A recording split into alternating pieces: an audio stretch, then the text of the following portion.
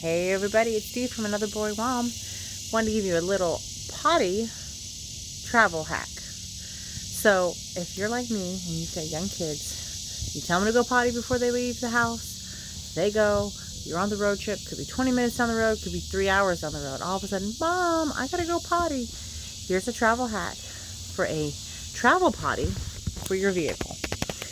It doesn't cost that much. I think total cost to get it all together might be under $20 actually. And you might be able to use things you have around your house or specifically. Many times I've had people tell me, hey, just put like a potty seat in there and throw a diaper in there.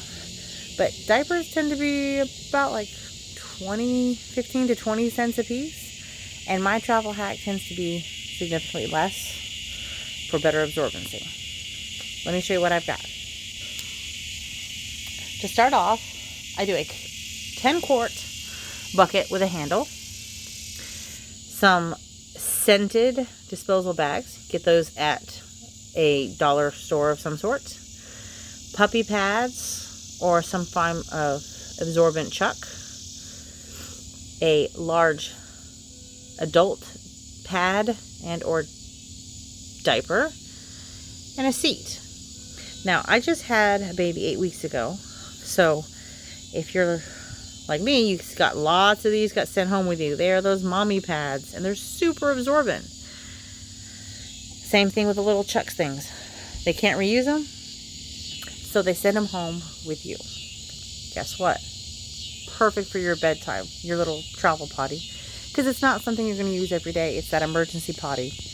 I have a son who likes to drink a lot, and the last time I put the chuck pads in, or the puppy pads, I actually use puppy pads because they're absorbent as well, he overflowed the puppy pad. So I was like, I need something a little more absorbent. So I got to cleaning out underneath my sink, and I was like, wait, I have all these giant maternity pads. And except also, instead of maternity pads, you could also use the Always brand, not sponsored, Thins. They have this flex foam kind of situation, and they are super absorbent, super fast. Like as soon as something hits them, boom, it's done.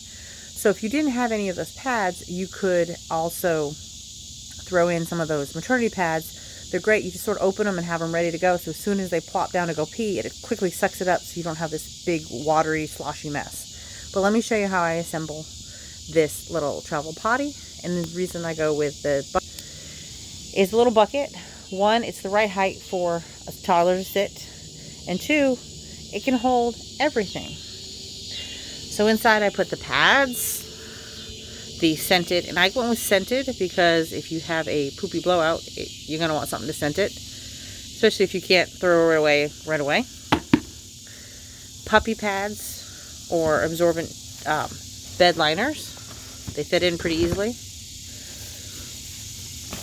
A large absorbent pad.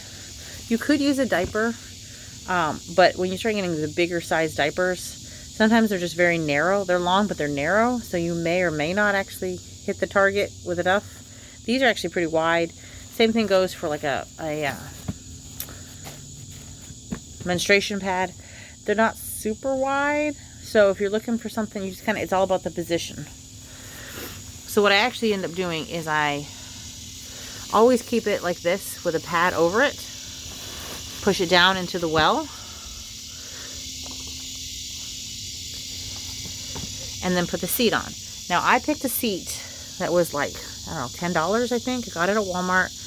It's not fancy. It's got the, deflection.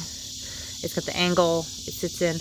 But I wanted one that wasn't too much bigger than my bucket, because when they sit down, you want to have a spot to actually have them be able to go potty without it pulling out. So you want it to be nice and equal all the way around.